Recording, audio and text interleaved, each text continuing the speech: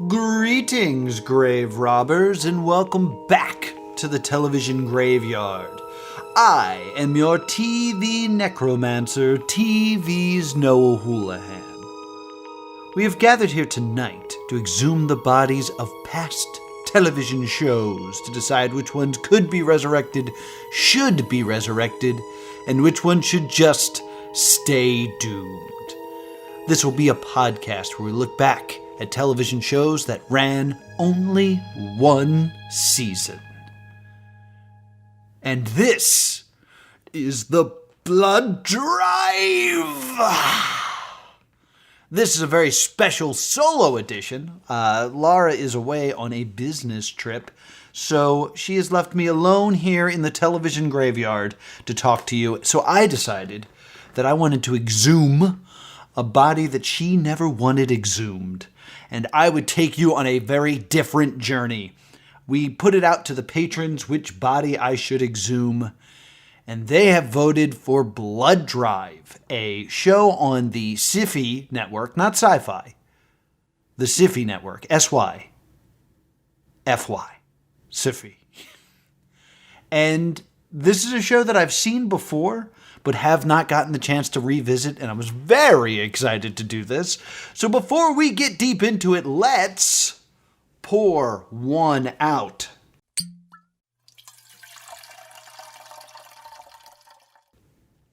What do you got there, Noah? Well, Noah, I have trioxide. What I have decided to do is I started with a vanilla black cherry seltzer. Basically, I have the Black Heart of Grace and the vanilla white knight that is Arthur. And I mixed those together as our base. And then I added some blood in the form of grenadine, because grenadine kind of sounds like gasoline. I thought that was kind of clever. And then I have a sidecar of creme de menthe, which is green and gives this drink its kick. I thought this one was pretty clever. Let's get down the hatch. It's good. I took a little bit longer than I wanted to set up, so it's a little warm. But other than that, it's a tasty, tasty beverage. So now I'm going to take you down the road of Blood Drive. If you want to watch Blood Drive, you can watch it on Amazon Prime if you have a VPN, because it's not available in our country. Or you can buy it on Google, which is what I did. And I highly recommend this show. To make this a little special, I also spent some time with our wonderful patrons in the exclusive Stay Doomed Discord channel, and we watched the first 2 episodes together. So I have some of their input mixed in here with these episodes. This is going to be a 2-parter. I have the first 7 episodes here.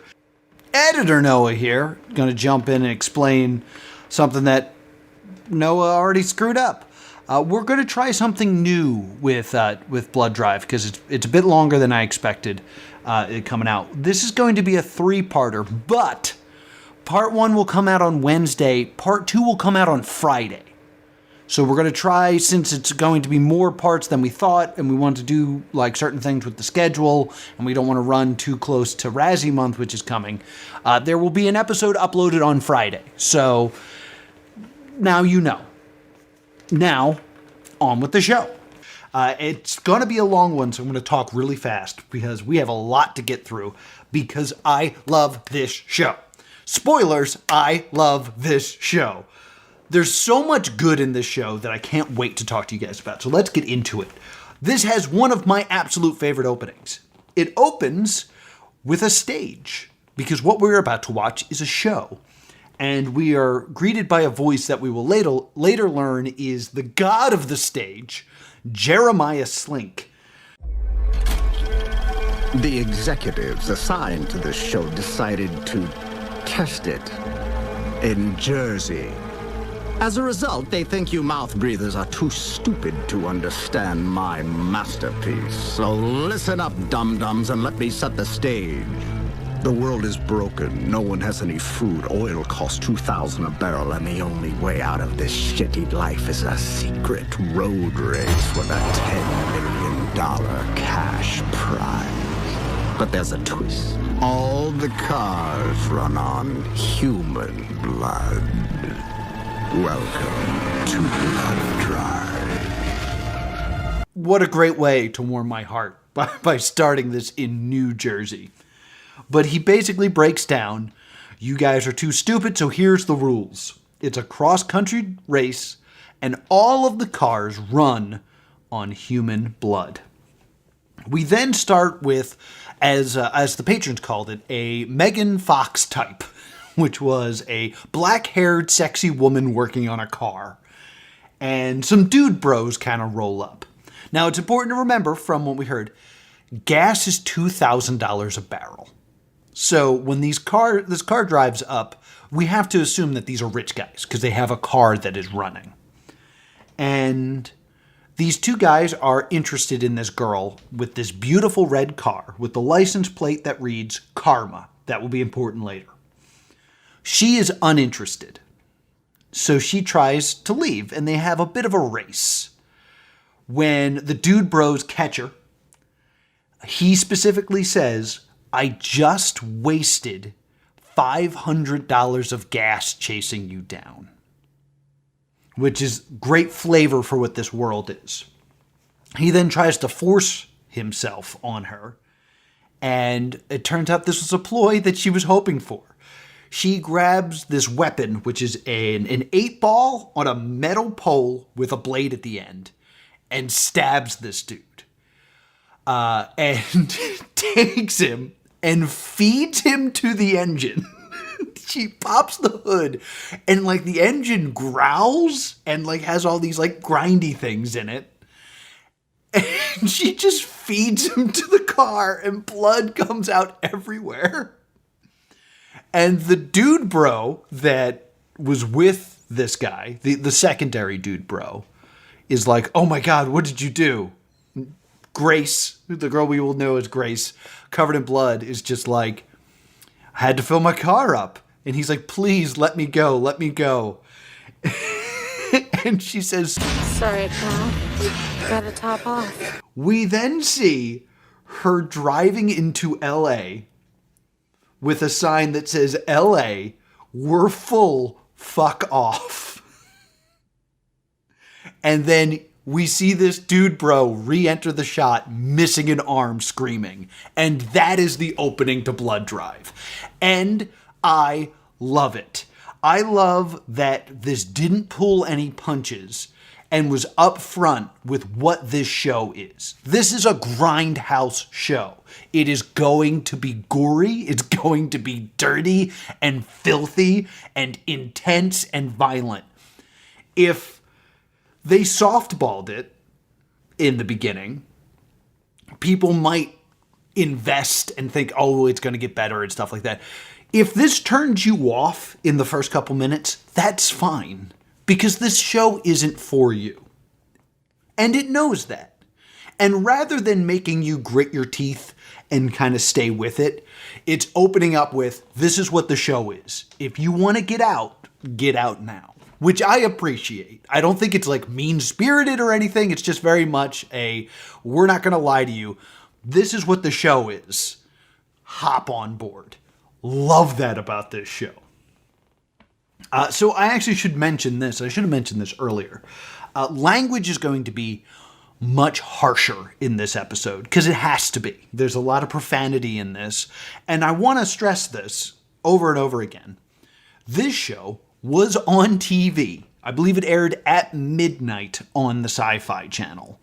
And this is back when maybe ECW was on the air still, so I think I might have been more aware of it. But I remember there was definitely a lot of advertisements for this show on Monday Night Raw. And man, what a show this is. I would like to, again, say, that like opening sequence really shows what this show is. So I understand if you want to get off now. If you want to stay on, I highly recommend you go watch this show because it is so much fun. And I'm about to spoil all of it. So let's go. We then meet who will be our secondary main protagonist, Arthur. Arthur is joined by his cohort, Christopher. Now, the patrons immediately identify Christopher as a man who will die soon, which I thought was funny. I would like to say that my patrons that watched this, when they were watching this, were immediately in. Then the moment the guy forced himself on the girl, we're immediately out. And then when the guy got fed to the car, we were immediately back in. That was the roller coaster journey. And we were only 5 minutes in. So there's a lot more going on here. So Arthur and Chris are not cops. They look like cops. They dress like cops. They smell like cops. But they actually work for a company called Contra Crime, which means against crime. I know that from the video game Contra. And they meet these kind of vagabonds who are stealing water. They're committing water crimes. And thus, they beat the hell out of these guys for stealing water. And as they're fighting them, their list of crimes is being said in a robotic voice behind them. So Christopher punches a guy, and they add the charge aggravated assault. The guy hits the ground and spits his teeth out, and they add the crime of littering. Oh, what great world building we have here. However, Arthur is a little bit more of a softer touch, and basically he notices that the guy who's just trying to steal water so he can live has track marks on his arm. And they mention, very specifically, heroin no longer exists. And the main drug is called Red Rapture. But you can't take it intravenously. It has to be smoked. Great little bit of world building here. Arthur sees this and is kind of like, tell me what those track marks are. And kind of gets some information about this warehouse that he wants to investigate. Arthur turns off his camera and gives the guy some water, and he runs off. So we're trying to establish that Arthur is the good guy. And it's a great way to establish that. We get back to where the like headquarters, like the police station, and this black girl is like the chief. It gave me kind of Carmen Sandiego vibes, except she has a jar full of teeth, like she's Danhausen. And she's demanding that the jar be full of teeth. Hey, St. Arthur. What about you? Those are from both of us. Must have collected these while your camera was off today. Must have. This is the only thing that'll impress me. 10 teeth by Friday, or I'll have yours instead. So we learn that Contra Crime is being encouraged to be savagely beating these people. Like, this world is run on the cops, or not the cops, Contra Crime, leading through fear. And Christopher's all about it. He's all about, doing his job. I think they get a vacation or something when they fill the jar of teeth. Arthur explains to his partner, Christopher, that when he was young, he had committed a small crime just to survive. And the cop let him go. And he always remembered that. It was vital that the cop let him go, and he learned that, kind of like Aladdin, sometimes you got to steal to eat, got to eat to live. So instead of just like working the beat, he wants to investigate this warehouse because clearly something bad is happening here. He convinces him to go to this warehouse, and they find an insane party. It says mayhem in giant letters. People are naked. Like, I want to express how naked people are in this show. There are black censor bars that block out genitalia and women's nipples. But other than that, it is a free-for-all. There's sex happening. It is insane. And we are then welcomed to the blood drive by the god of the stage, Jeremiah Slink, who is my favorite character. I remember when I first watched this, I immediately wanted to make a Slink cosplay. But it wasn't popular enough that people would get it, and it was a lot of hard work. Slink he's like a dirty ringmaster. Like, he's got the top hat, and he's got, like, frilly clothes, but his teeth are black, and his fingers are black. In the way that, like, that Agatha Harkness has the black fingers in WandaVision. Like, he does magic or something, and he's corrupted by it. I don't quite understand the black fingers. I'm going to do a little bit of research. I don't think he has frostbite or anything, but there's something up with his fingers. He then explains, a state-of-the-art pulse charge implanted at the base of the skull, a bit barbaric, perhaps shamefully pedantic, without a doubt, but by golly, it won't do the trick. Anyone trying to remove the pulse charge? Instant brain jelly. that it is a cross-country race that if you are the last person across the finish line for each stop, you are killed. And implanted in their heads are these bombs that go into the base of the neck. And basically, that's what he uses to control you. He can shock you through them, and he can kill you through them with this, like, remote control box here.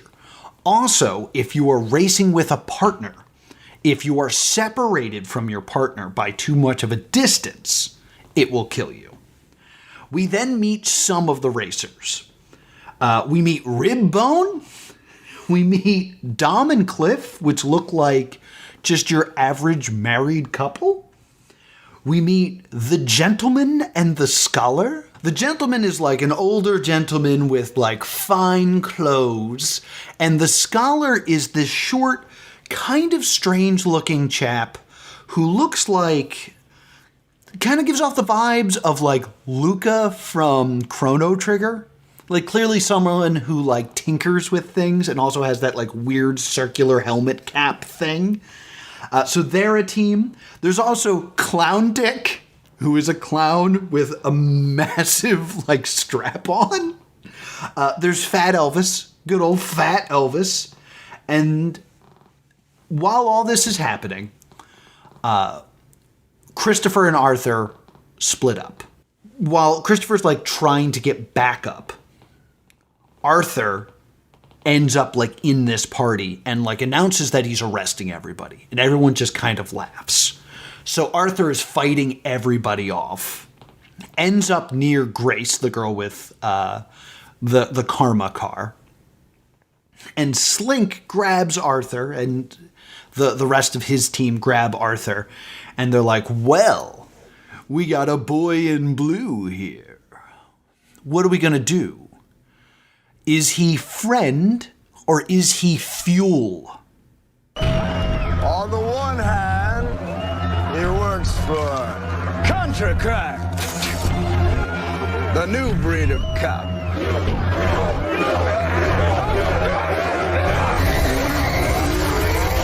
Then again, these two put on one hell of a show.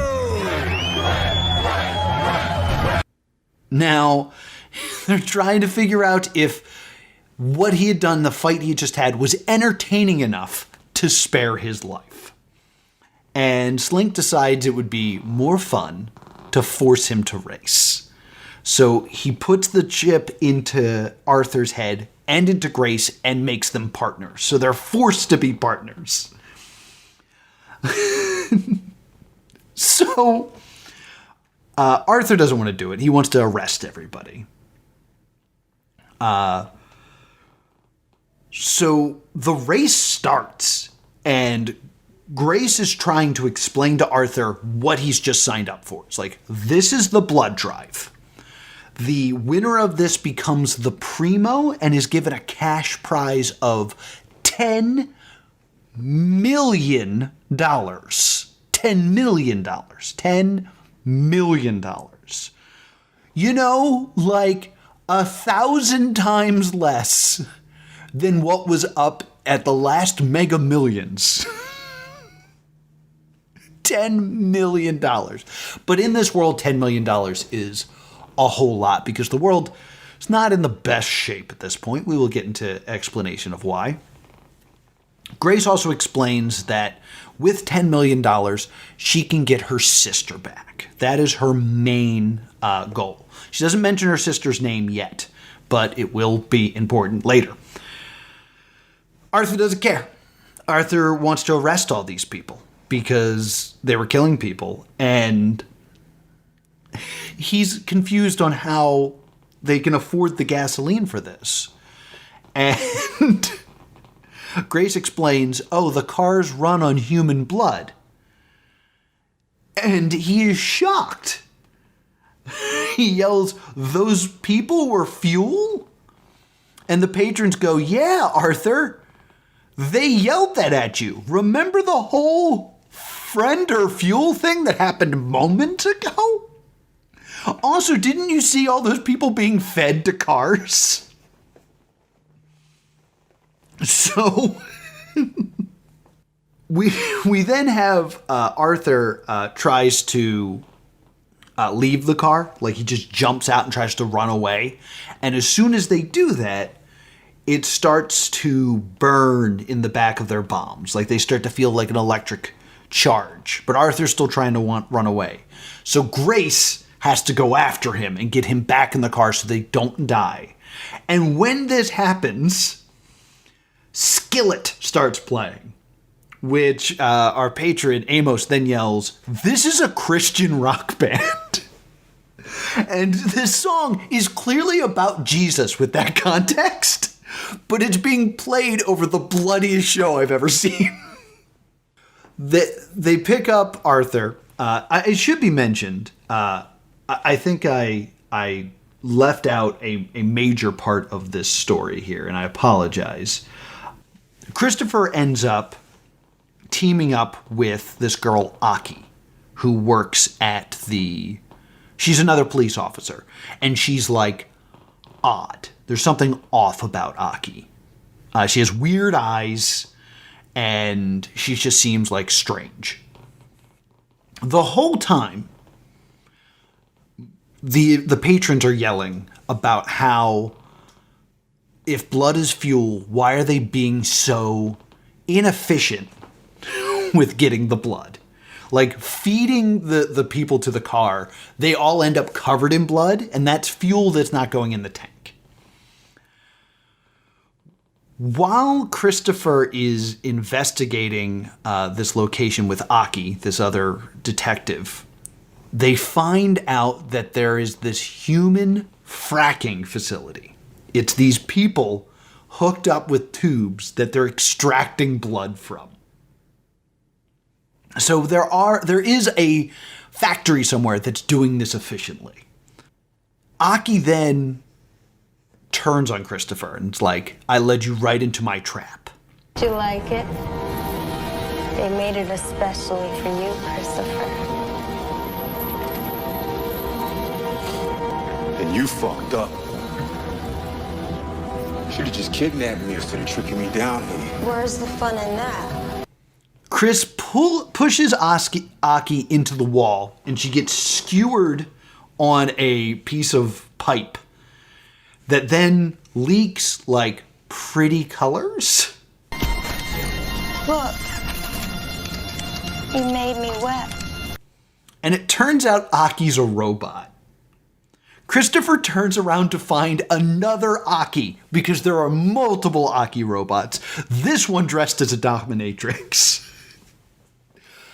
This Aki knocks out Christopher, and we then find out Christopher is basically kidnapped.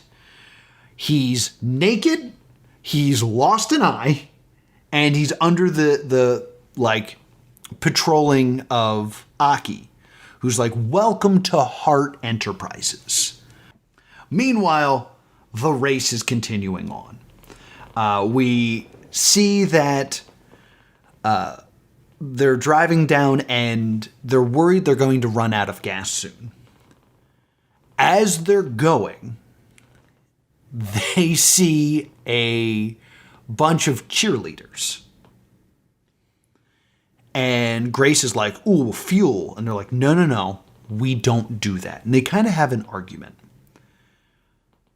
It then turns out that Ribbone has gotten them.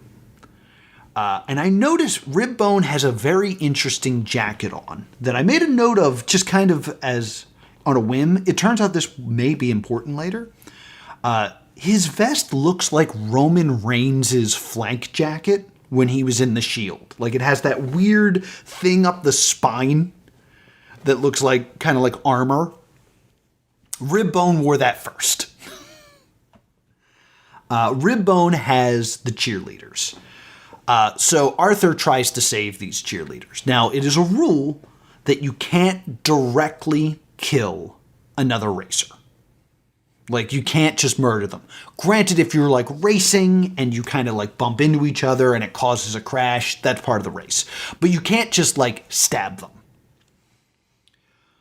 So Arthur, being a hero, tries to save these cheerleaders and beats up Ribbone. This ends up with the scholar and the gentleman showing up because Arthur's car has some sort of trouble. So they make a deal that the scholar will fix Grace's car. And I don't know what allows them to get leverage over the gentleman. But the scholar is going to fix Grace's car so they can go. And the gentleman promises not to kill the cheerleaders that Ribbone has already killed one of. And the gentleman says, as a gentleman, I will honor a gentleman's agreement. Grace and Arthur leave. The scholar admits that the car will break down in like an hour. And the gentleman says, ladies, unfortunately, your lives are not mine to take.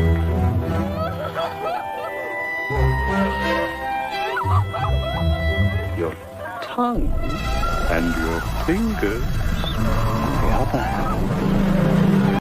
So basically, he lets them live, but tortures them and uses their bodies to fuel his car. So as they're driving, they now know that Ribbone and the scholar and the gentleman are behind them. Grace is like, we're way behind. It's like, well, no. You've only established that there are 6 teams, and 2 of them are behind you. Like, you're in the middle of the pack. We see, as they're flying down the road, we see some other people make it. Clown Dick's going to be okay, guys. I know you guys were worried. Clown Dick makes it. Fat Elvis makes it. Dom and Cliff make it. And we realize they're driving a hybrid. They have a Prius. So their car runs on blood and electricity. How efficient. And then we see, like, there's this big board. So apparently there are tons of racers. We've just only been established with these 6. So apparently these 6 teams are the important ones. There's other teams, though. Just so, like, when they say they're way behind, it's like, okay, there are like 17 teams ahead of them. That makes more sense. So they're desperately trying to get across the finish line. And the car breaks. And sorry, it just makes me giggle. The car's broken down, and they can't get it up to speed. All of a sudden, Ribbone flies by them. All of a sudden, the gentleman and the scholar flies by them. So now they know they're last, and they see the finish line in the background. So they know they're pretty much doomed. And it's not like they can take the microchip out of their heads because it's fused with their spine. The moment they try to do that, it will explode. The only weakness that they have been told about is the idea that too much adrenaline will overload them. So they decide to have sex. And Grace yells, "Do me or die." So as they're flying down the road, they kind of basically end up doing a Crank. Remember the movie Crank?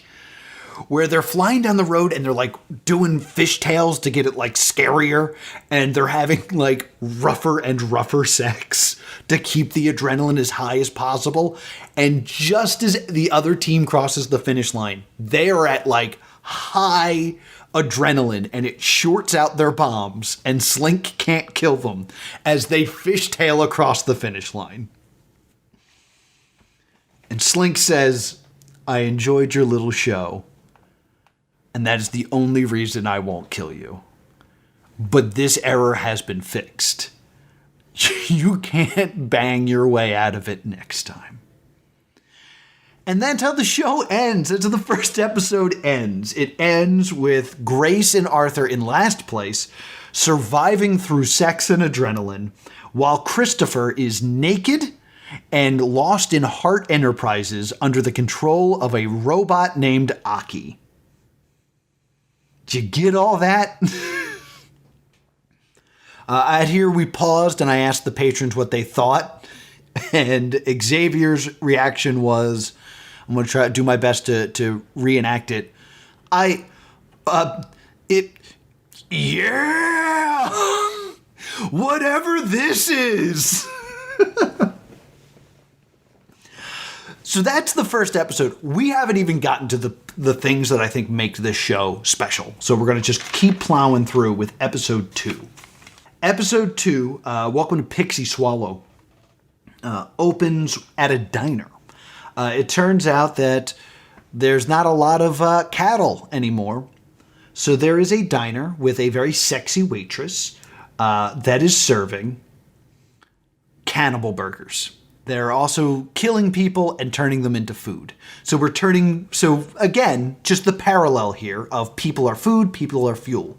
The fantastic bit of social commentary here is basically what happens when gas becomes so expensive it is worth more than a human life.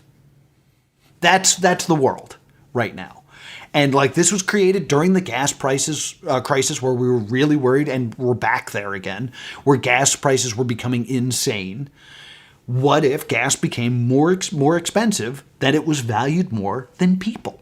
And that's where we are. And I think that's a brilliant concept. I think that's a very interesting thought. And we're going to plow on through this.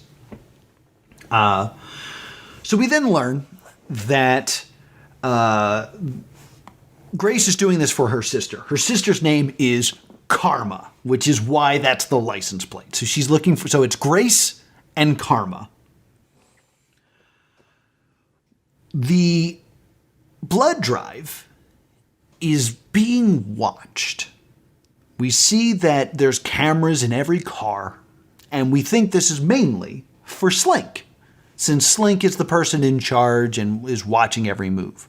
But we find out that there is a person in a white suit that's watching. And we get like the Dr. Claw shot. We see their one arm as they sit and watch Blood Drive. And that's all the information we're given.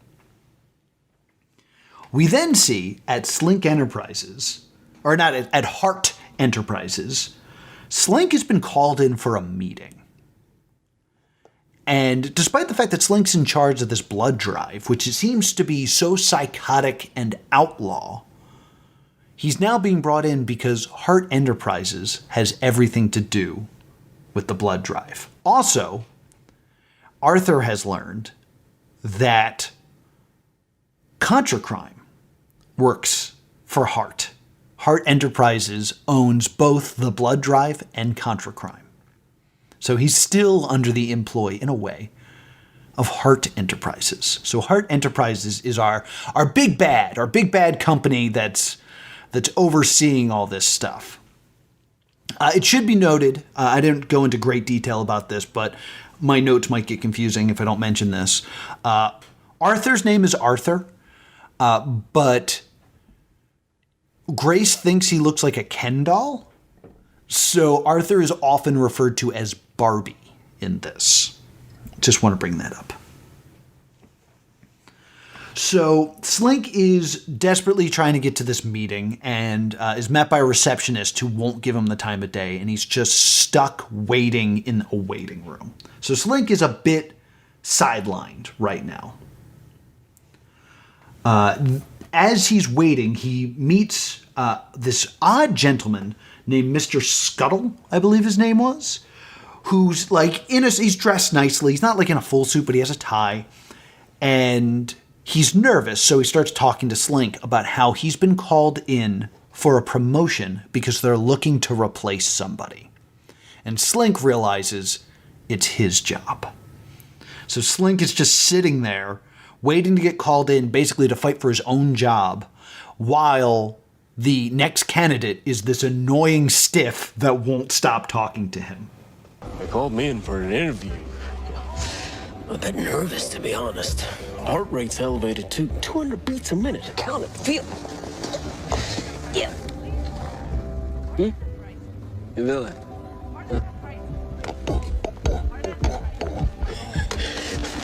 I heard some guy really blew it. Made a huge mess of things. So they're looking to replace him. They called me. Fingers crossed. We then see Grace and Arthur. We're not in the race mode. They're at one of the pit stops. So while they're at the pit stop, they are at the diner, the Cannibal Diner.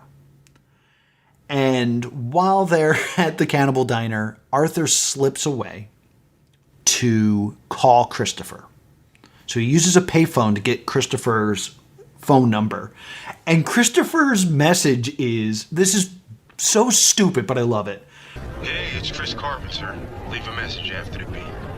Beep. Hey, it's me. I hope you're all right, man. Just kidding, that was me. Here it is, for real. Get ready for the beep. Christopher, listen, we're in deep shit, man. Just kidding, that was me again.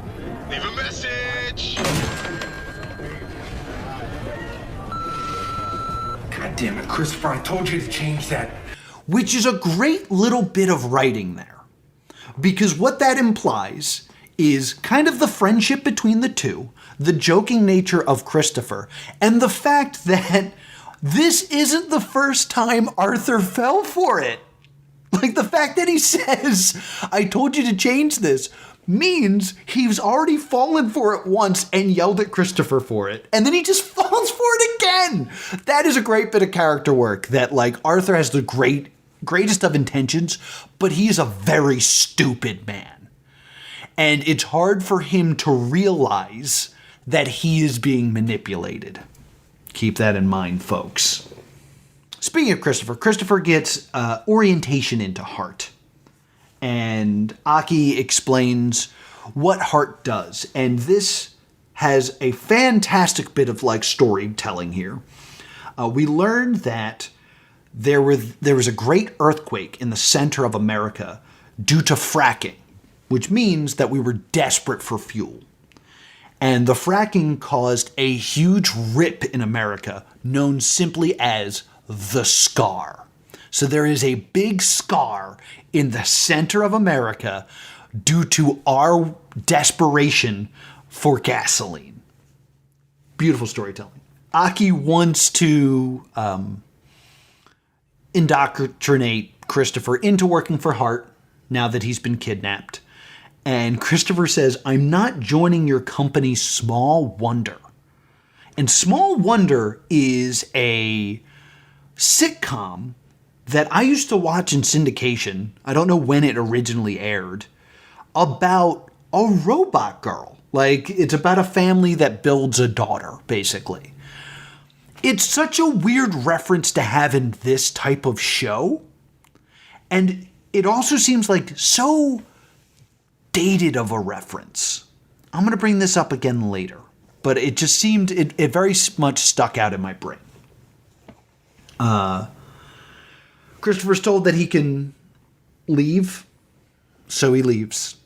And now he's loose in Hart Enterprises. I think I said that happened in the first episode. It doesn't happen in the first episode. It happens now. He's kidnapped by Aki, whatever her name is. And then in the second episode, he is told he's free to leave, and he just starts wandering around Hart Enterprises. So Fat Elvis is at the diner. We're back at the diner, and he's just kind of stealing food because he's Fat Elvis. He ends up wandering back into the kitchen, and they do some great character work with who this diner is. It is the father, who's like the butcher, who's doing all the killing. The sexy waitress, which is his daughter, who's like can convince people to buy this food and like hide the fact that they're eating people. And then the daughter's husband, like, so there's like this father-in-law, son-in-law dynamic where this father will never believe that this son-in-law is good enough for his daughter. So there's contention there. And we see a scene. This is a great, wonderfully shot moment. I really want you guys to pay attention to me gushing over how well this is shot. They take Fat Elvis and they string him upside down. They tell, the father tells the son-in-law to go mop the floors. He walks out the door, so the door keeps swinging, opening, and closing. And every time it closes and then opens again, more of Fat Elvis has been removed. And then it closes, and then an arm's gone. And then it closes, and his jaw's gone. And the son-in-law is just slowly cleaning the floors. Beautifully shot. Such an effective moment. Meanwhile, Christopher is walking through Hart. He's kind of like looking at maps and things look a little strange to him. Remember, he's lost an eye. So everything's kind of like drawing his attention in weird ways to the point where it almost looks highlighted to him. So he's kind of looking through all these different areas until the point where he actually finds his phone, but he doesn't have service. We see the gentleman have sex with the scholar. I just had to bring that up. But they're on the rocks. The gentleman is basically using the scholar for his mind and his inventions to fund his lifestyle. And he constantly reminds the scholar how disgusting he is so that he can wield power over him. Meanwhile, Arthur is constantly going back to the payphone, hoping that Christopher calls.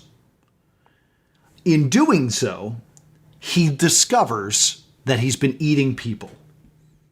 We then get the throwing up scene. The camera is placed in the toilet, and Arthur throws up directly onto it in one of the most horrifying shots I have ever seen. The owner of the diner, the father as I've been calling him, realizes that everyone that has rolled in for this blood drive is going to leave soon. So he's gotten their money, and that's a lot of meat that's rolling out. So he calls his cannibal buddies to come in and basically kill all these people so that they have more meat and stuff like that. So a gang of cannibals show up, and they're fighting all the people from the blood drive. So it should be a massacre, but the blood seems to be very artfully done. Like, it's not super gory. Every shot is kind of like through a lens. It looks great. So then, in one of my favorite moments, Arthur and Grace end up in the room of the gentleman and explain to the gentleman that there's a bunch of cannibals outside and that they're going to kill everybody. And the gentleman's like, why do I care? And Arthur's like, while he's eating like soup, and Arthur's like, you're going to want to stop eating that. And the gentleman says, give me one reason why. Arthur says, because it's people. And the gentleman, wonderfully written, spits the soup out and goes, No wonder it tasted so pedestrian. Incredible. credible. Also, great restraint on the writers to kill Fat Elvis here and not Clown Dick, so they could write the "Does this taste funny to you?" joke. Great restraint. Much appreciated. So now there's cannibals everywhere. They need to get out of here. We're at like the highest tension point of the show because there's cannibals everywhere. The people at the diner know that Arthur knows their secrets. We're at like a huge battle. It's time to check back in with Slink, who's in a waiting room. Slink in the waiting room is just so frustrated that he's missing his blood drive right now that the person he's talking to comes back from his interview and says, "I got the job. It went great." Oh man, he starts talking about this life he's going to have now that he's been promoted. And Slink murders him with a briefcase, like smashes his head in one of the bloodiest scenes of this episode. Blood is gushing everywhere as this decapitated man now lays on the floor. Another Akibot, because remember there's many of these, then invites Slink in. He explains to Slink that they were going to kill him, but his latest bit of violence really proved to them that, you know, there's value in Slink. And Slink's like, "Yeah, of course you couldn't give my job to that guy." And Aki's like, "He was the new head of maintenance. You killed just a random person." Which is a great little bit of flavor. And Aki explains that the old man will not see him today, which is the man sitting in the chair watching. We don't know the identity of. But you will remain in charge of the blood drive. Slink says, "Thank you." And Aki says, You have my word. This year's blood drive will be the nastiest, most gruesome race in hard history. No one puts on a show like Julian Slink. But before you go, we have a few notes. but wait, we have some notes. This is the moment that's going to set up the brilliance of this show. So I really want to stress this. An Akibot, not the same Akibot that's with Christopher, tells Slink that there's notes about the show because Blood Drive is coming to television. Hart Enterprises has decided that they are going to air the Blood Drive. We then get a moment where they are fighting their way through the cannibals. Arthur makes his way back to the diner and gets a phone call from Christopher. Christopher finally finds some cell service, calls back the number, and Arthur picks up. They try to connect with, like, Hart Enterprises is evil, they're controlling all of this, they're controlling me, they're controlling you, all this stuff. We need to find out more information on the blood drive. Christopher turns around and like, oh, there's a file right here. What are the chances the one room with cell service has all the files on blood drive? This is the show kind of winking at the fact that it's convenient and implying that this may also be orchestrated. That they want Arthur to end up with this information. That this is all part of their bigger plan. Love this. Slink is upset that they're going to try to broadcast Blood Drive because it's art. It's impossible to broadcast, but he's going to do what he can. And we cut back to this huge cannibal blood drive war that's going on. And we see a dog in a truck. And Ribbone sees it and goes, everybody stop. And everybody stops. And goes, who left a dog locked in a car with the windows up? And one guy raises his hand. Ribbone grabs this person by the collar and is like, do you know how dangerous this is? Give me your car keys. He gives him this car key. Ribbone punches him in the throat with the car key and looks around and goes, proceed. The fight continues, and Ribbone grabs this little tiny dog out of the truck, and it's like, it's okay, I got you now. And then it says Caligula underneath. So now Caligula, the dog, is Ribbone's partner in the blood drive. Love all this. This is so good. Oh, I missed a big plot point here. But one of the major issues they're having is the scholar has been kidnapped by the father, and they're going to turn him into food. Amongst all the fighting here, they're trying to escape, and they're just going to be like, we're going to set up life elsewhere. We're found out here. We have to go. Amidst all this chaos, we'll sneak out. Arthur and Grace show up to save the scholar. And because Arthur's a good guy, the son-in-law, attempts to kill Arthur, slips on some blood, and falls into a meat grinder, which causes the father to say, I told him to keep the floors clean. Great callback. Absolutely great callback there. They attempt to escape, but Arthur can't get the car to start. So the scholar, because he's brilliant, uses the power of the bomb in Arthur's head to jumpstart the car. This infuriates the gentleman because he's helping another team. But the scholar is repaying Arthur and Grace for saving his life. And they escape the cannibals. That's episode 2. I gotta talk faster. I have so much more notes too. Episode 3, Steel City Nightfall in Utah. This time we're starting with the married couple, Dami and Cliff. They're trying to win, of course, but Dami's asleep, and when Cliff tries to change the radio station, Dami threatens to kill him. I will cut your fingers off, shove them up a monkey's ass, and make you chase them.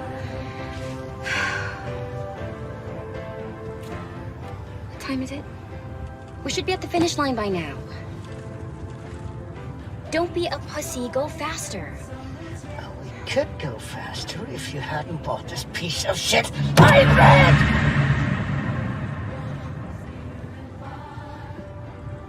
Tone. Yes, dear. So we're going to spend a little bit of time with this couple throughout this episode.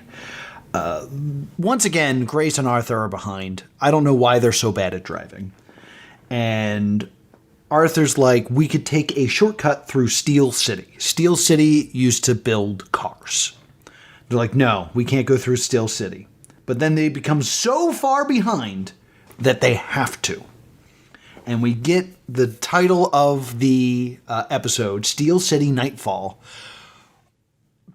And it kind of is superimposed on a gasoline, like a gas station machine where you get the gas out of, that has been like ripped to shreds.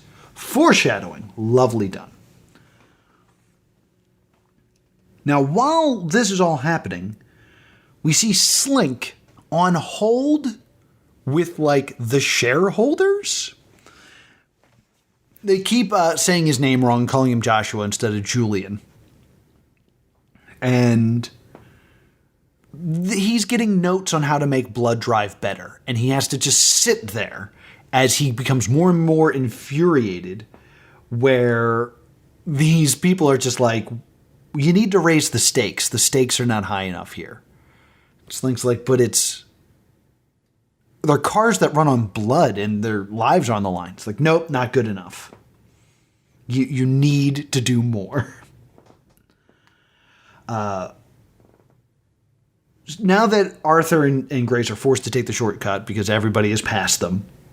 Now that they're forced to take the shortcut because everyone has passed them, they are running through this, like, everything. It kind of looks like a junkyard. Everything is like really metal and like they look like some things have been like compacted, and they drive the wrong way and they end up in a trap. So Arthur and Grace get out of the car and hide. Meanwhile, this cult comes out to kind of like steal the car. But I love this cult. This is so wonderfully done. They're all upper management, like yes men. Like they look like Mad Max barbarians, but they are definitely still wearing a suit, and they all still are wearing their lanyards. Oh God, it's such a like interesting thing to do, to have this kind of like upper management, like corporate entities being a cult. And in one of my favorite moments, one of the girls says something like, "What about the driver? We can't leave them here." Remember your jargon and be above board. We should air this out. These assets are actionable. Doesn't matter. Let's take the 10,000-foot view here. They're not empowered. They'll be dead by sundown. And that's like the only way that they really understand each other, and then they steal the car. The idea of them being forced to use these like key phrases and like, you know, key words and this corporate jargon to be part of the cult is so brilliant. And it leads to a part where Grace looks at Arthur and goes, "Wow, these people are crazy." And it's a great juxtaposition of these people who are psychopaths. They are murdering people to power a car to win $10 million. Can look at people with like desk jobs and be like, that's insanity. So good. So good. We then see them, the cult steal the car, and the supervisor comes out, who's the leader of the cult, and they pray to Synergy, and they do like some stretching / cult dancing to praise Synergy for giving them a car.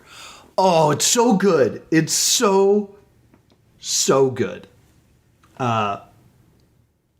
Meanwhile, the couple, Dom and Cliff, are dealing with Clown Dick, and they're trying to re-spark their marriage because they used to be so in love in the way that they used to murder people together. And now the spark's not there. They don't savor the kill anymore. They just throw them in the engine, and it's not exciting anymore. As Clown Dick is like bothering them, they want to throw something at Clown Dick so that they can like blind him. So we have this almost like scrapbook moment where she's pulling out body parts like, "Oh, remember this? This was the bellhop that we killed on our honeymoon. Don't throw that. Don't throw that." And eventually they find like a liver that they're willing to part with. They throw it at the windshield, blood splatters all over the car, and they're able to get away. I love the storytelling of the couple as well. We then get more Slink on the phone, and it's him getting these notes. The notes include, "You know what? There are just a few things that are missing in some of these relationship scenes, and we'd love it if you'd consider adding maybe some ADR or some different music choices. We need more Clown Dick. This will make sure we stay ahead of the curve. And the Grease Arthur thing feels kind of okay, but, you know, a little bit stagnant." Jonathan! Julian. Oh, this comes from the old man. He wondered if you can orchestrate a moment early on when Grace can really show her affection for Arthur? But they've already fucked to save their lives here. That's called drama. Well, it's a cross-country blood race with no racing. It's a mood piece. these are all things that were just added to the show. They were talking about the importance of relationship, and then all of a sudden, now we're getting the stuff about Dami and Cliff. They want more Clown Dick. We get more Clown Dick. We get a scene of of Clown Dick and the couple racing down the road. We get more racing in this. This is where the true brilliance of Blood Drive is coming out. Because what we're really getting is multiple stories happening at once. We have the story of the Blood Drive. We have the story of Chris and Aki, which I know we haven't touched on much, but not super a lot has happened in that part of the story. We'll get more. And we get the story of what happens when the Blood Drive, this show that we're watching, is placed in the hands of something corporate. Something that really can't air on television, being forced onto TV. What happens when art meets corporation? And it's mirrored in the reflection here of the Blood Drive being captured by this corporation. Grace and Arthur's Blood Drive vehicle is being taken by a corporate entity. And that's exactly what's happening to the show. The parallels here are so good. I love it here. And we're going to see more stuff like that throughout this. But like, this is the turning point where this show becomes super fun to a brilliant piece of art. So Arthur and Grace get the supervisor alone to kind of explain their situation, that they need to get out of here. They need their car back. And the supervisor starts talking to them, and Arthur's like, oh, good, you speak English. The idea that they couldn't understand them when they were speaking the jargon, hilarious. They explain what has happened to Steel City. Basically, Hart Enterprises was trying to come up with an alternative to gasoline because we were running out. They created something called trioxide. Trioxide got into the water and people got addicted to it. And they became these things called the Gleamers. The Gleamers are basically zombies, but they are destroyed by light. So as long as they keep the lights on, they are safe.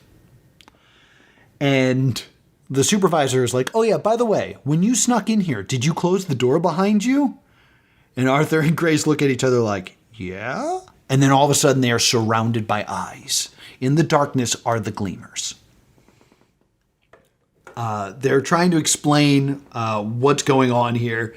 So the supervisor takes a little bit of gasoline and pours it on the ground. The Gleamer tries to drink some. They shine a light on him and he explodes. Like coating them in the blood of the Gleamer. They need to get out of here before the sun goes down, or else they're totally screwed.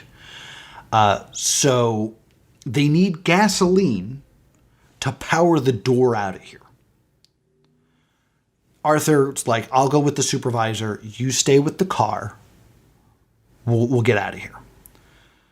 They're led through this doorway, but there's where it's still lit, while the rest of the corporate business people are dealing with the fact that they're in the dark with the Gleamers. And I'm going to play in full a jargon-based panic that I just love. Oh my God, we're gonna die. Three core values. But we're over the wall. It is what it is. We have no leverage, but we have to move the needle. There are so many moving parts. I'm aware. We're out of fucking pocket. Think outside the box. What's done is done. It's time to make some impact. Yes, sir. 110%? 110%. Let's make hay. Liquidated. No! It should also be noticed, another just little corporate thing that I love. The reason that these people are not Gleamers is that they were not drinking the water because they were all in the middle of a juice cleanse. God, flavor like that is so freaking good. As I'm falling in love with all of this, we get more notes. The notes are, this is too much, Grace, now. Where is the gentleman? And the Gleamers are a bit of a hat on a hat. Which I kind of love because the Gleamers seem so dumb, but they will be a vital part of the story going forward. Not at least into the next episode. As they're going to get the gasoline for the door, Arthur gives in and is like, all right, I'll just tell you the truth. The car actually runs on human blood. The supervisor then realizes that this is her way out. So she locks Arthur in the closet, steals the gasoline, and is going to head to the car. That is when a bored Grace is like, you know what? I'm covered in this gleamer blood. I should probably feed it to the car. And when she does, she realizes it supercharges the car. So she's like, oh my God, I gotta tell Arthur this. And she goes looking for Arthur. Meanwhile, because Grace is gone now, the supervisor is able to jump into the car and she's gonna bail. One of her cult members is like, are you leaving? What about all the trust exercises we did? God, I love how this is written. It's so funny. Arthur and Grace reunite. Grace was able to save Arthur from the car, from the locked room he's in, and he's like, we got to get out of here. The supervisor lied. They don't have any food. They're like about to die. She's going to try to steal the car. As they're running back, Arthur hears a cry for help. Arthur, being the man that he is, can't resist. So he turns around to help this person and realizes from the darkness it is a gleamer that is saying this. He can't bear the fact that this is a person that needs help but is also a monster, so he kills it. And we see like this change in Arthur. We then cut to Chris. Remember Christopher and Aki? Chris has returned to Aki. I think the idea here is the best way to take down Hart is from the inside. So he's going to play along. Aki is giving him the test from Blade Runner. Like you see a turtle flipped on its shell. What do you do? And every time Chris answers, she electrocutes him. And then he tries to just say what he wants, what he thinks she wants to hear. So she electrocutes him. The cool thing about Aki as a character, I'm so jealous as an actor that I can never play Aki because Aki is so interesting. She is a robot. So she never blinks. But her motions clearly also control things. So to shock Christopher, she kind of has to vogue, which is such an interesting idea. So she just keeps shocking him and doing dance moves. It's such a fun character. I'm so jealous. Aki tries to kind of brainwash Christopher here and you think your partner's so important and really cares about you. He's busy doing this and shows Christopher the video of him and Grace having sex in the car. She then spits up a giant needle and stabs him in the belly button. And Christopher's didn't feel a thing. And Aki's I'll make sure you feel the next thing. And kind of lays on his chest and kind of explains that Aki could have just taken Christopher to the fracking mines, but Aki sees something special in Christopher. There's some sort of connection here that she can't even verbalize as a robot. Sleek is back at the finish line, and we're going to blow up the heads of those in last. The couple have made it, and they are in a tent together, getting kind of intimate. And he pulls out an eyeball. And she responds, oh, is that my something blue? You remembered. And they kiss while passing this eyeball back and forth between their mouths. It's kind of beautiful. I know it's gross and I know it's weird, but it's nice that these two absolutely crazy people were able to still find each other and share in this very weird thing. I don't know. When I watched this, Laura was away on her trip And I was kind of just like, I'm really glad that I found a person that will watch weird television shows with me and go on weird adventures to conventions and stuff. And I don't think you're supposed to get misty-eyed watching this scene, but I missed Laura at that moment. So I was just like, aw, that's so nice. Anyway, while I'm swooning at this couple, Clown Dick rolls up and sees an attractive woman and stops a few feet from the finish line so he can make out with this girl. And Slink's like, you might want to step on it there.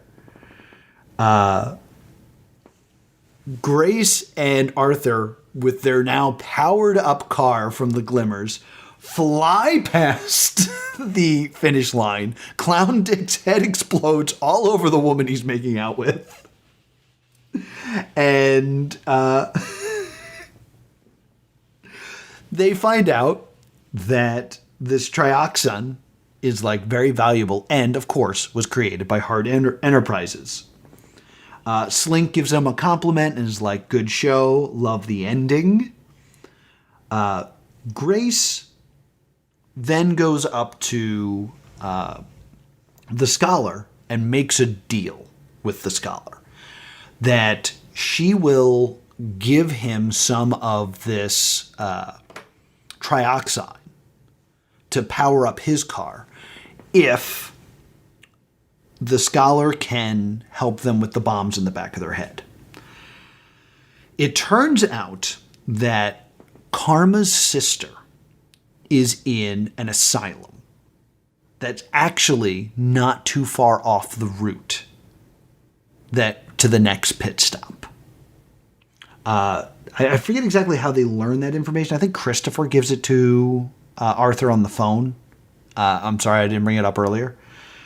So they realize that this might be a chance for Grace to find her sister. Because Grace knows that Karma is in this asylum and it's not too far off the beaten path. If they go off the beaten path, Slink will know something is up and kill them. So they got to get these things out of their heads. Scholar's like, it's not possible. I'm sorry, it's just not possible. And Grace is like, okay, I will give you this trioxide if you can deactivate the the walkie-talkie, the remote control that Slink has for just like a few hours. And they have a deal.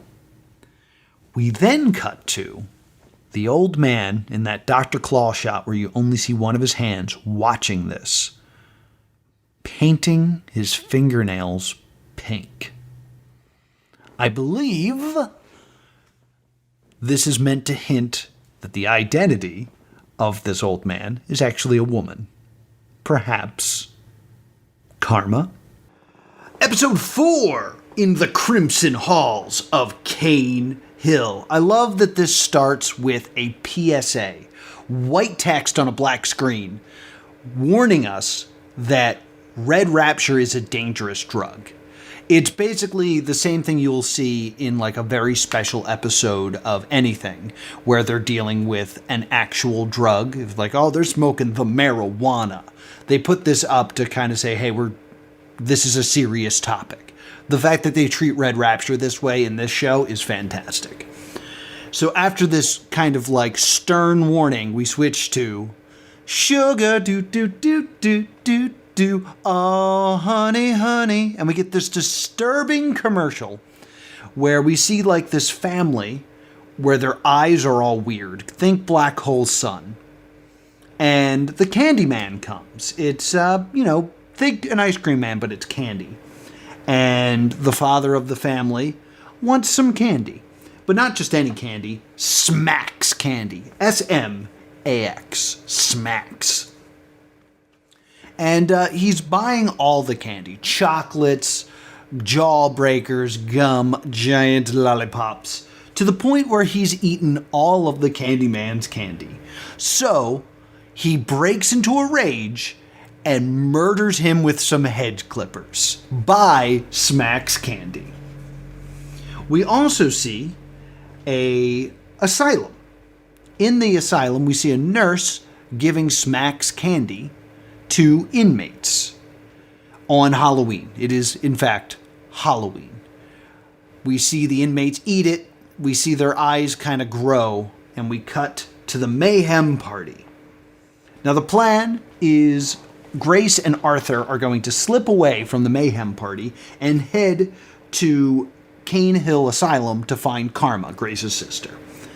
Slink is with his kind of manservant he has, which is this guy covered in tattoos, who is doing dental work on him for some reason.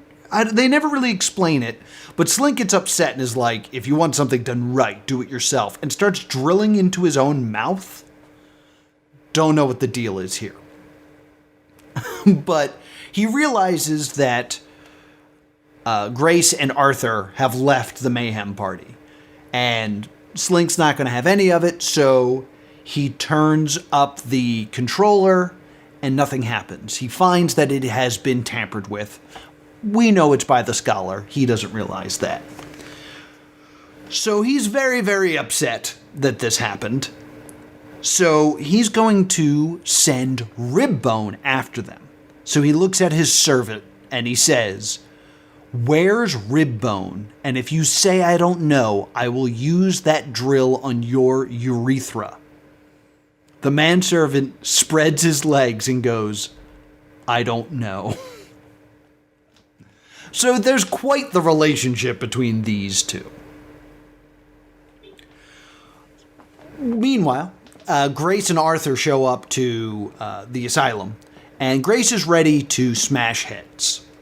Arthur says, let's do this the calm way. Let's try to just talk it out. Remember, you catch more flies with sugar. And Grace says, fine, we'll do it your way. But it's honey, stupid. They go into the asylum to find everyone there is a bit off. They're dressed in Halloween costumes because it's Halloween, and they're not really giving them straight answers. But they sure notice a lot of candy wrappers. So as they're searching the asylum, Slink finds Ribbone and sends Ribbone to the asylum to retrieve his 2 lost sheep and return them to the flock, and reminds Ribbone that he wants Grace brought back alive! Just the cop. The girl I want alive. Ribbone takes his wonderful dog Caligula and heads down to the asylum. And at the asylum, we are given clues that the people in the cells are actually the doctors. And get this, you're gonna be blown away. The inmates, they're running the asylum. We then cut to a naked Christopher. I know we've seen him naked many times, but he's asleep in a field. He's having a wonderful dream. And when he wakes up, Aki is looking over him and says, "Must have been some dream." And they are using the black sensor bar to make it look like he has a giant erection. It's fun with censorship. I appreciate it. We now learn that today's agenda for Christopher is Aki is going to harvest all of Christopher's bodily fluids, so they can make a backup Christopher if necessary. And then the words, "the milking of Christopher," appear on screen. We're in for a wild one, folks. So while we're at the asylum, I know we're going to be jumping around a lot in this episode. While we're at the asylum, Grace is talking about how she wants to find her sister, and we get some flashbacks to what happened with her sister. We actually see Karma and her arrive at a rave, and Grace is very sexually dressed and explains to Karma that she just needs some time alone with the Primo, because the Primo can make their lives so much easier. Maybe they can go to school. And Karma's like, "So you're going to have sex with some guy for me?" And Grace is like, "Yeah, just hang out. You can have a beer, but don't do any drugs." This is weird to me because we're supposed to believe that the blood drive is kind of a secret. it's like an underground race because it's illegal and like insane, that it's something that the public doesn't know about. But the public clearly knows who the Primo is. And you become the Primo by winning the blood drive. So I'm a little confused here on how this all works and how this all gets put together. But it's confusing. Grace and Arthur split up, and Arthur finds a nurse. The nurse explains that the inmates all went crazy, or crazier, when they were given the Smacks candy. The asylum has not been a real hospital for years. It has been nothing more than a testing ground for heart enterprises. And they've been experimenting on the inmates with various things, the latest thing being this candy, which led to this insane uprising. So the only way that they're going to survive this is if they don't look like authority figures. If they look like nurses or doctors or police officers, they're going to get killed. So they strip Arthur down to his underwear, and they're just roaming through the hallways giving us exposition while occasionally just like slapping each other and screaming to blend in. It's fun. The nurse says that if she can get saved by Arthur, the apple pie's on her, which I respond with, ew, apple pie is terrible. We then go to another flashback.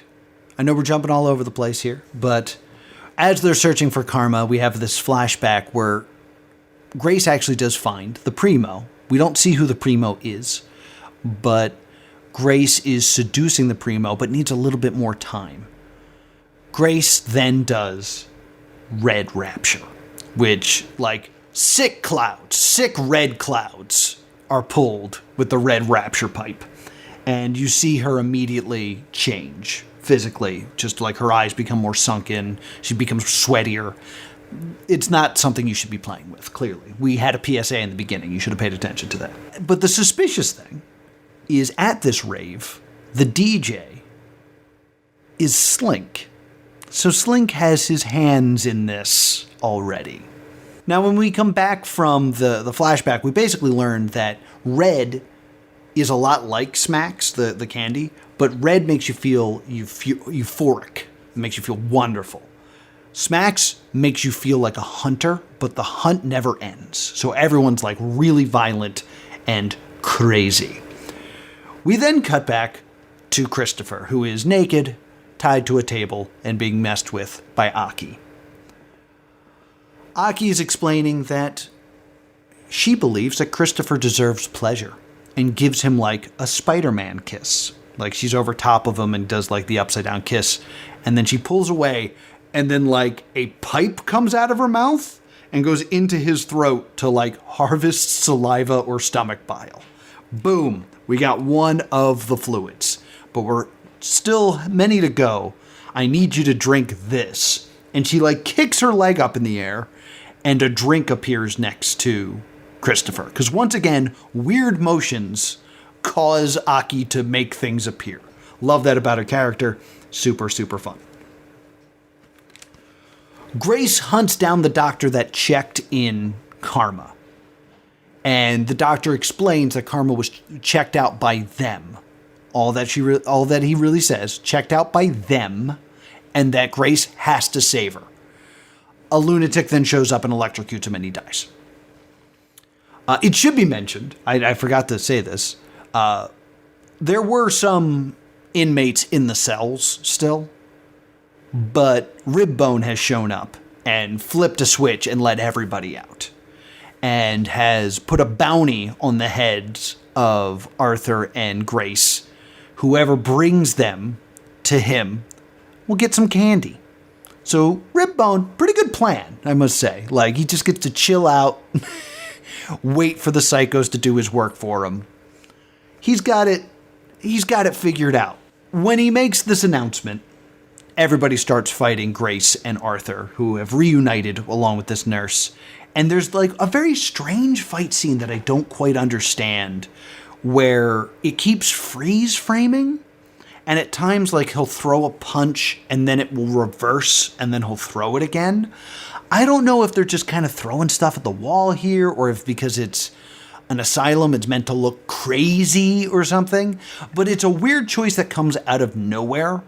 I would have been more behind this if we had gotten a moment where Hart was talking to Slink about wanting more special effects or more artsy look or something. This kind of feels out of nowhere, and I feel like it should be like, there should be a line somehow drawn to that, but it's not clear. We get another quick flashback. I'm just going to blow through this. Karma continues to do drugs. That's really all you need to know on that. I know that's not what you're interested in. You want to hear more about the milking of Christopher. Aki is sucking on Christopher's toes. Cool. And whatever Christopher drank makes him have to go to the bathroom. Aki disappears under the table and then appears through a trapdoor between Christopher's legs and says, "If you want the best apple, you have to pick it yourself." And then reaches into his butt to get poop. And this, as someone who already doesn't like apples, this is horrible. This is probably the worst part of the show for me. I dislike this. The nurse and Arthur and Grace make it to the lobby. The nurse then looks at Ribbone and says, "Hey, I want my candy." Ribbone throws candy to the nurse. The nurse has been crazy the whole time. Twist! So this leads to a fight between Arthur and Ribbone. They're battling back and forth. They're the two big dogs. He's got the Roman Reigns thing on, remember? They're the two big dogs, and they're fighting it out in the asylum. This triggers yet another flashback for Grace, and it turns out that Karma was checked into the asylum by Grace because of her drug addiction. I think we're supposed to take it that it was a different asylum. That's why she didn't know where Grace was. Or that's why Grace didn't know where Karma was. I think that's what we're supposed to take, that she was transferred and then she got lost. I think that's what we're supposed to get out of this. But when she leaves the asylum, Slink is leaning against her car and explaining that he just gave her car an upgrade and that she should head to LA. So basically, Slink recruits Grace into the blood drive to pay for the bills for Grace in the asylum. Meanwhile, Arthur is talking so much crap to Ribbone, saying, like, "Are you this gentle in bed?" Ribbone's getting more and more angry, throws Arthur through a window, but all that does is get him access to, like, cocoa powder. And he runs up to Ribbone and says, "Stop!" Like I said, you catch more flies with sugar. Dumps the sugar all over Ribbone, and he is eaten by the members of the asylum. And we don't know what happens to Caligula, and I don't like that. Caligula did nothing wrong. Caligula was a perfect princess and is now without owner, and I don't like that. And surrounded by chocolate, which is bad for dogs. And worst of all, there's a fire starting in the asylum, so there's going to be an explosion. Now, while this fire and explosion is being teased, we get shots of Christopher. Aki is saying how much she likes Christopher because he's full of spunk. She now needs to extract said spunk and asks if Christopher would like the probe or the hand. Christopher chooses the hand. We then see some very quick hand motions and mechanical sounds. And as it builds and builds and builds, we get to the point of eruption, and that's when the explosion happens, which it's very nicely done. It's fun. I do not know what happened to Caligula, and I am concerned. After, there's a weird moment after this where this makes Christopher cry because he's been through so much, and Aki also harvests the tear. And it's unclear what she means, but she says something that implies that the tear was the only thing she was actually after. Like, she didn't need all the fluids. She just needed Christopher's tears, which is weird. And she looks at it in a way that says that a robot doesn't understand tears. You know, because robots don't cry. The moral of the story is Christopher had all of his fluids harvested. Arthur and Grace make it back to the Mayhem party, and Ribbone is dead. Slink is very upset that these two had run off, and now the walkie-talkie remote control thing is fixed, but he is not going to kill them. However, Grace learns, after walking through the asylum, that Slink actually worked at that asylum. So once again, Slink has his hands in everything and is manipulating Grace into participating in this race. No wonder his fingers are so dirty. And that is going to do it for episode 1. So we're doing something a little bit new here. We're going to try doing episode 2 on Friday. Try to get more content out. But this is the limit for what I can get out by Wednesday. So I hope you've been enjoying Blood Drive. We will be covering, if you want to do the reading before class on Friday, we will be reviewing 5, 6, and 7 in the next episode. Sorry for the weird 3-parter. This didn't turn out the way I thought it would, but this seemed to be what's best for everyone. If you have a problem with it, please complain, and I will take your complaints into consideration. I again apologize. But if you love this idea that if things are longer, that we'll split things up, but within the same week, let me know. It's going to screw up my YouTube algorithm, so know that I do that because I love you guys, and I want you to enjoy these episodes as soon as possible. Thank you so much for joining me for another edition of Stay Doomed. We can be reached at thestaydoomshow@gmail.com, and you can also reach us on Twitch. No, you can't reach us on Twitch. On Twitter at Stay Doomed. And if you want to talk to me about Blood Drive, I'm at +2 Comedy. Until next time, stay doomed.